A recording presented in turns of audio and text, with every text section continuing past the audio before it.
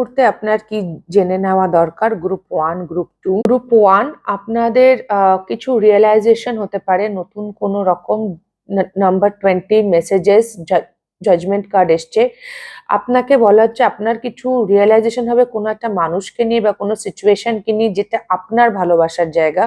হয়তো আগে সেখানে পোটেনশিয়াল দেখতে পেতেন না, বাট এখন নতুন করে পোটেনশিয়াল দেখতে পাবেন হঠাৎ করে, এবং সেখানে কমিউনিকেট করার ব্যাপার আছে, কাউকে জানানোর বিষয় আছে।